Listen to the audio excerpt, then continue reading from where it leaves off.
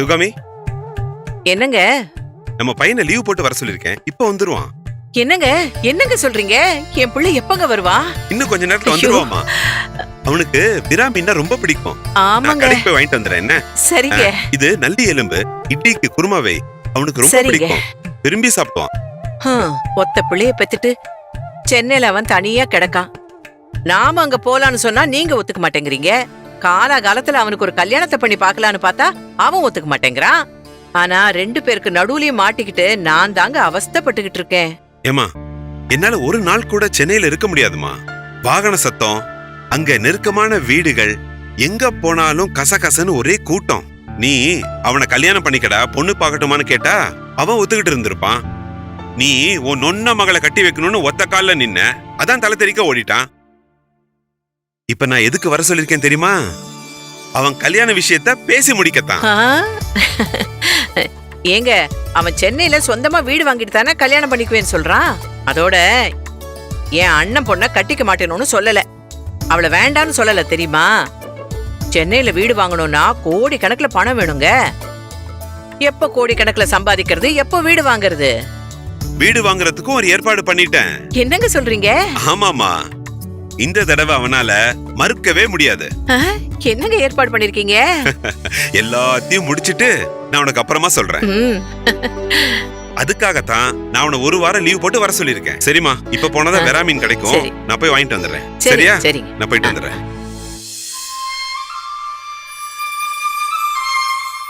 என்னப்பா சுந்தரம், நீ சொன்ன விஷயம் என்னாச்சு? அண்ணே, நீங்க 2 பேரும் சந்திச்சு பேசிங்கன்னா எல்லாத்தையும் சுமூகமா பேசி முடிச்சிடலாம். சரி, என்ன ரேட்டு பேசி முடிச்சிருக்க? அண்ணே, ஏக்கருக்கு 20 லட்சம் ரூபாய் கேக்குறாங்கண்ணே. இல்ல சுந்தரம், இது பொண்ணு விளையிற பூமி. 25 லட்சம் ரூபாய்க்கு 1 ரூபா குறைஞ்சா கூட நான் கொடுக்கற மாதிரி இல்ல. பொண்ணு விளையிற பூமியா இருந்தா என்ன, எதுவா இருந்தா என்னண்ணே, அவங்க பிளாட் போட்டு விற்க போறாங்கண்ணே. அதுவும் இல்லாம டிடிசிபி அப்ரூவல், கவர்மெண்ட் ஃபார்மாலிட்டிஸ், அது இதுன்னு சொல்லி ஏக்கருக்கு 15 லட்சம் ரூபாய் செலவு இருக்குண்ணே. ஒரு முக்கியமான விஷயம் என்ன, 30 ஏக்கர் நிலத்தையும் ஒரே பேமெண்ட்ல வாங்குறதுக்கு வேற பார்ட்டியே இல்லண்ணே. இந்த பார் சுந்தரம், 30 ஏக்கரையும் நான் கொடுக்கற மாதிரி இல்ல. 20 ஏக்கர் தான் விக்கணும். நீ சொன்ன மாதிரி அவங்கள நேர்ல சந்திச்சு பேசி ஒரு நல்ல முடிவு எடுக்கலாம். சரிண்ணே, எப்ப நான் சந்திக்கலாம்? அதுக்காக தான் என் பையனை ஊர்ல இருந்து வர சொல்லிருக்கேன். அவங்க கிட்ட கலந்து பேசிட்டு உனக்கு நான் போன் பண்றேன். நான் வரட்டுமா? வாங்கண்ணே.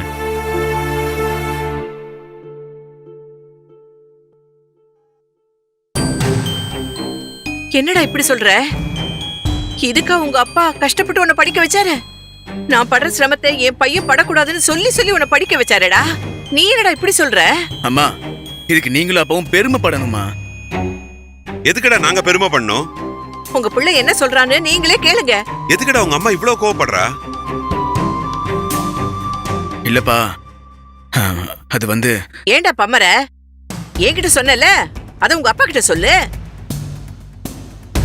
எதுக்கு ஆயும் மௌனம் இப்படி குழப்பறீங்க? யாராச்சும் ஒருத்த சொல்லுங்க. உங்க பிள்ளை வேலையை விட்டுட்டானா. வேலையை விட்டுட்டு என்னடா செய்ய போற? விவசாயம் பண்ண போறானாங்க. என்னது? விவசாயம் பண்ண போறியா? அப்பா, நான் விவசாயம் தானே பண்ண போறேன்னு சொன்னேன். அதுக்கு நீங்களும் அம்மாவும் ஏன் இவ்வளவு கோவப்படுறீங்க? ஏண்டா விவசாயம்னா ஏசி ரூம்ல உட்காந்து வேலை பாக்குறதுன்னு நினைச்சியா? காத்து மழை வெயில்ல நின்னு வெந்து கஷ்டப்பட்டு சாகணும். ஒரு போகத்துல மழை அதிகமா பெஞ்சு நாசமாக்கும், அடுத்த போகத்துல மழையே இல்லாம நஷ்டமாகும். இதையும் மீறி கஷ்டப்பட்டு நாங்க விளைய வச்சு டிபிசிக்கு கொண்டு போனா 4 நாள் காக்க வச்சு நெல்லு ஈரமா இருக்கு பதரா இருக்குன்னு சொல்லி மூட்டைக்கு 50 ரூபா கொடு, 75 ரூபா கொடும்பாங்க. அவனுக்கு கொடுத்துட்டு வட்டிக்கு வாங்கினவங்க கிட்ட வட்டியோட பணத்தை கொடுத்துட்டு மிச்ச பணத்துல அடுத்த போக செலவுக்கு போக கையில ஒண்ணுமே இருக்காதுப்பா. ஆனா இத தவிர வேற வேலையே எங்களுக்கு தெரியாது. எவ்வளவு நஷ்டம் வந்தாலும் ஊருக்கே உணவு கொடுக்கிற தொழில் செய்யறோம். அந்த ஒரே ஒரு திருப்திக்காக விவசாயத்தை கைவிடாம நாங்க செஞ்சிட்டு வரோம்ப்பா. படிச்சு பட்டம் வாங்கின நீங்க எதுக்குப்பா இப்படி கஷ்டப்படணும்? இந்த துன்பம்லாம் எங்களோட போட்டும்பா. நீ என்னன்னு சொன்ன? சென்னையில வீடு வாங்கிட்டு தானே கல்யாணம் பண்றேன்னு சொன்ன. நான் நிலத்தை விக்கலான்னு முடிவு பண்ணிட்டேன். விலையும் பேசிட்டு தான் வரேன். வித்துட்டு பணம் தரேன். உனக்கு பிடிச்ச மாதிரி வீடை வாங்கிக்கிட்டு பிடிச்ச பொண்ண கல்யாணம் பண்ணிட்டு சந்தோஷமாயிரு. உனக்கு வீடு வாங்கினது போக மிச்ச 5-6 லட்சம் பணத்தை நாங்க பேங்க்ல டெபாசிட் போட்டு அதுல வர வட்டியை வச்சு மீதி காலத்தை நானும் உன் அம்மாவும் ஓட்டிடுவோம்ப்பா. நீ நல்லா இருக்கணும்ப்பா. நிம்மதியா குழந்தை குட்டிகளோட சந்தோஷமா இருக்கணும்ப்பா. எங்க வாழ்க்கை முடிஞ்சு போச்சு. நீ வாழ வேண்டிய பையன் நல்லா இருக்கணும். காட்லயும் மேட்லயும் கஷ்டப்படக்கூடாது.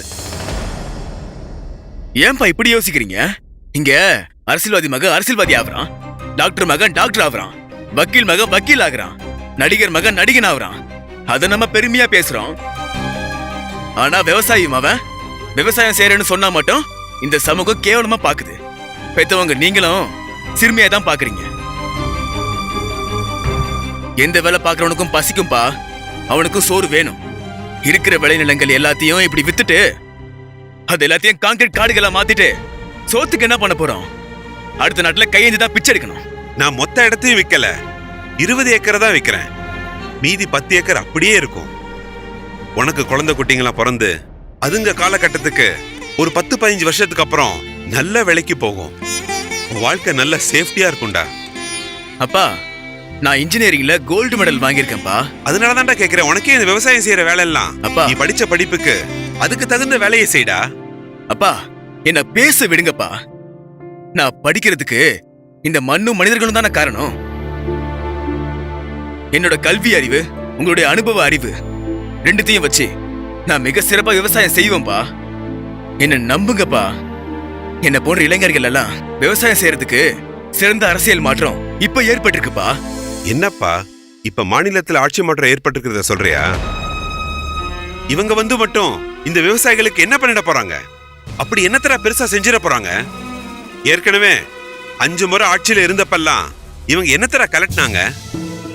இவங்க ஆட்சி காலத்துலதான் கச்சத்தீவை இழந்தோம், காவேரியில உரிமையை இழந்தோம், மீத்தேன் திட்டம், ஹைட்ரோ கார்பன் வர எல்லாத்தையும் கொண்டு வந்து விவசாயிங்க வயித்துல அடிச்சாங்கப்பா. இவங்க தான் அடிச்சாங்க. இவங்களே எல்லாத்தையும் செய்வாங்க. எதிர்கட்சி ஆனதும் இவங்களே அதை எதிர்த்து போராடுவாங்க. இந்த முட்டாள் மக்களும் அவங்க மறதியால இவங்களுக்கு ஓட்டு போட்டு வெற்றி பெற வச்சிருவாங்க. இந்த திமுகவை நம்பி நீ விவசாயம் செய்ய போறேங்கிறியே, நீ என்ன பைத்தியமா? அப்பா, இவங்களை நான் நம்புனா நிச்சயமா பைத்தியக்காரன் தான். இவங்களை நம்பி நான் விவசாயம் செய்யறதுக்கு உகுந்த காலம்னு சொல்லலப்பா. மத்திய அரசை நம்பிதான் மோடி அரசு விவசாயத்துக்கும் விவசாயிகளுக்கும் நல்ல உதவிகளை செய்யறாங்க. அதெல்லாம் பார்த்துதான் விவசாயம் செய்யணும்னு நான் முடிவே பண்ணேன். 50 வருஷமா, அரை நூற்றாண்டு காலமாவே காவேரி பிரச்சனையை வச்சு அரசியல் பண்ணிட்டு இருந்தாங்க. இப்போ மத்திய மோடி அரசால தான் இப்ப அதுக்கு ஒரு நிரந்தர தீர்வு கிடைச்சிருக்கு. சுதந்திரம் பெற்ற நாள்ல இருந்து நதிநீர் இணைப்பை குறித்து சும்மா வாய்ஸ் அவ்வளவு தான் விட்டுட்டு இருந்தாங்க. ஆனா மோடி அரசு திட்டத்தை அறிவிச்சு அதுக்கான நிதியமும் ஒதுக்கியிருக்காங்க. விவசாயிகளுக்கு யூரியா கிடைக்கிறது குதிரை கொம்பா இருந்துச்சு. விவசாயிகளுக்கு கிடைக்க வேண்டிய யூரியா எல்லாத்தையும் பெரிய பெரிய ஃபேக்டரி உரிமையாளர்கள், லோக்கல் அரசியல்வாதிகள் துணையோட அவங்கள கைக்குள்ள போட்டுக்கிட்டு மொத்தமா வாங்கிட்டு போய்கிட்டு இருந்தாங்க. விவசாயிகள் எல்லாம் யூரியா கிடைக்காம அவ்வளவு கஷ்டப்பட்டுக்கிட்டு இருந்தாங்க. ஆனா மோடி ஐயா அரசு விவசாயிகளுக்கு கிடைக்க வேண்டிய யூரியாவுல வேம்ப கலந்து விவசாய பயன்பாட்டுக்கு மட்டுமே பயன்படுத்துற மாதிரி மோடி ஐயா செஞ்சிருக்காரு. வேம்பு விவசாயத்துக்கும் நல்லது, விவசாயிகளுக்கு யூரியா தட்டுப்பாடும் வராது. அந்த அளவுக்கு மாத்திருக்காரு. அப்பா, சிறு குறு விவசாயிகள் நலன் காக்கிறதுக்காக விவசாயிகள் முன்பணிகள் செய்ய ஒரு போகத்துக்கு 2000 வீதம் ஆண்டுக்கு 6000 ரூபாய் தருது மோடி அரசு. விவசாய காப்பீட்டு திட்டத்தில் இருந்த கடினமான சட்டத்தை எல்லாம் அப்படியே திருத்தி எளிமையாக்கிட்டாங்க. விவசாயிகள் வருமானத்தை இரட்டிப்பாக்குறதுக்கு உயர்ந்த பல திட்டங்களை செயல்படுத்தி வருது நம்ம மோடி அரசு. அதுக்காக தான் 3 வேளாண் புதிய சட்டங்களை அவங்க கொண்டு வந்தாங்க. அது விவசாய புரோக்கர்களை பெரிதும் பாதிக்கும்ன்றதுனால சில மாநிலங்களில மட்டும் பிரிவினைவாதிகளுடன் அவங்க சேர்ந்து போராடினாங்க. நாட்டோட பாதுகாப்புக்கு முக்கியத்துவம் கொடுத்து மோடி அரசு அந்த 3 சட்டங்களையும் திரும்ப பெற்றுக்கிட்டாங்க. ஆனா வேறு ரூபத்துல அந்த சட்ட திருத்தம் மீண்டு வரும் நான் நம்புறேன்பா. ஏன்னா அந்த 3 புதிய வேளாண் சட்டங்களும் விவசாயிகளுக்கு மிகப்பெரிய வரப்பிரசாதம்ப்பா. நான் பிரதமர் மோடியை நம்பிதான்ப்பா விவசாயம் செய்ய முடிவெடுத்திருக்கேன். இப்ப உள்ள தமிழக அரசு திமுக காரங்கப்பா. இந்த ஆட்சியாளர்களை நம்பி ஒன்னும் நான் விவசாயம் செய்ய வரலப்பா. 350 கோடி ரூபாய தேர்தலை வெற்றி பெறதுக்காக ஐடியா சொன்ன நிறுவனத்துக்கு திமுக கொடுத்துச்சு. ஓட்டுக்கு 2000 கொடுத்து வெற்றி பெற்றவங்க பாயுங்க.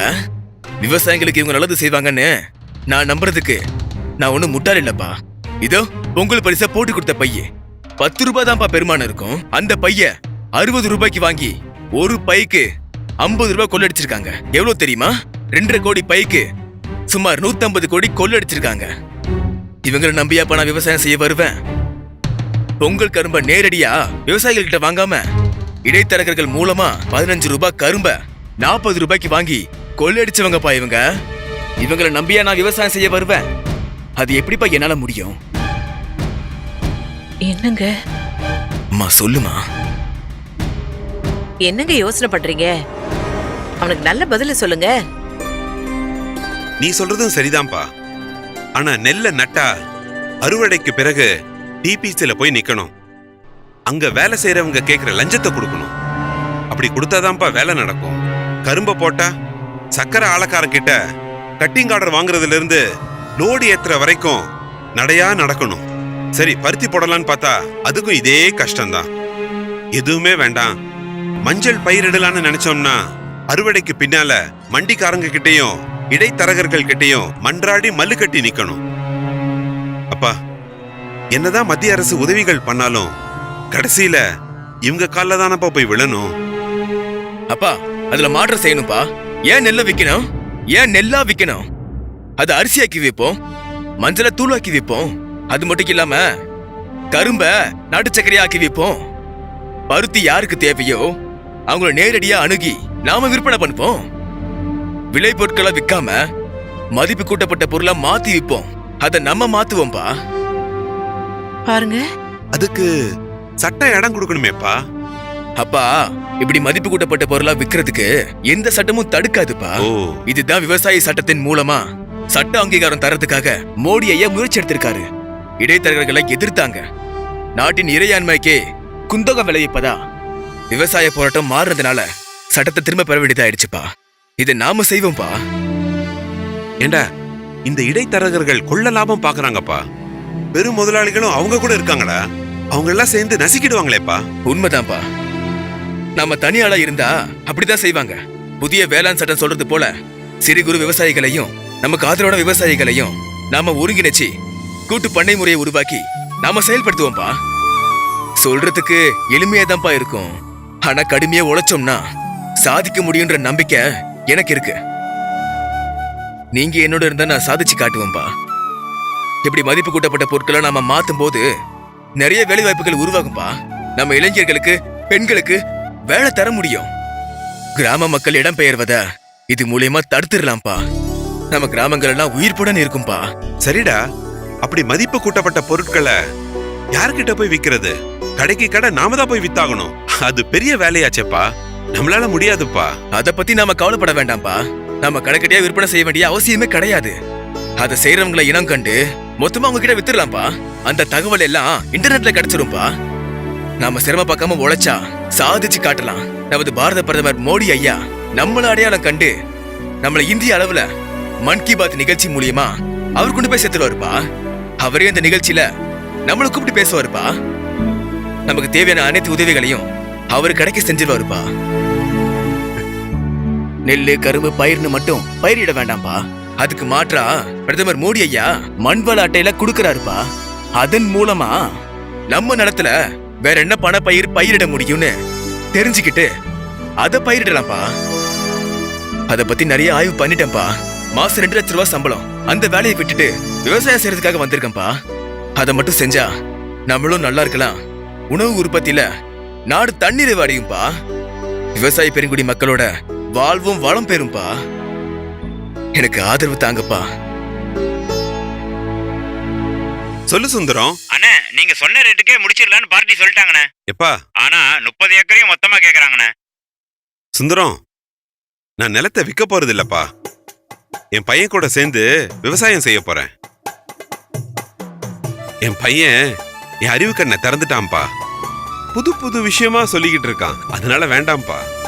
நான் என்னோட நிலத்தை விற்க போறதே இல்ல. அப்புறம் வேற நிலம் இருந்தாலும் சொல்லு, அதையும் நான் வாங்கிக்கிறேன். அது மட்டும் இல்ல, நீயும் என்னோட சேர்ந்துக்கப்பா. மற்ற விவசாயிகள்கிட்ட பேசி எல்லாரையும் சேர்த்துக்கிட்டு ஒருங்கிணைந்த விவசாய பண்ணைய நாம உருவாக்குவோம்.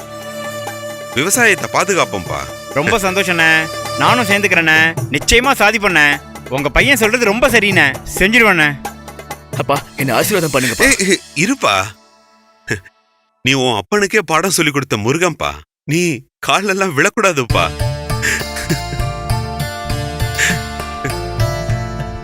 ஏங்க, இவன் ஊர்ல தங்கி விவசாயம் செய்ய போறேன்னு சொன்னதும் என் பையன் என் கூட இருப்பானேன்னு சந்தோஷமா இருந்துச்சுங்க.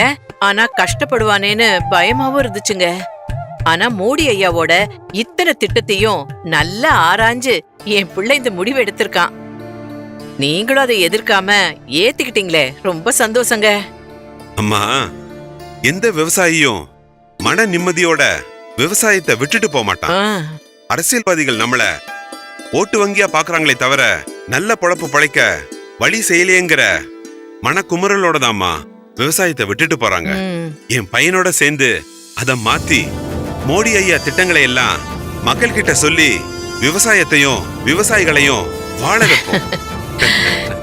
ஏ ராசா.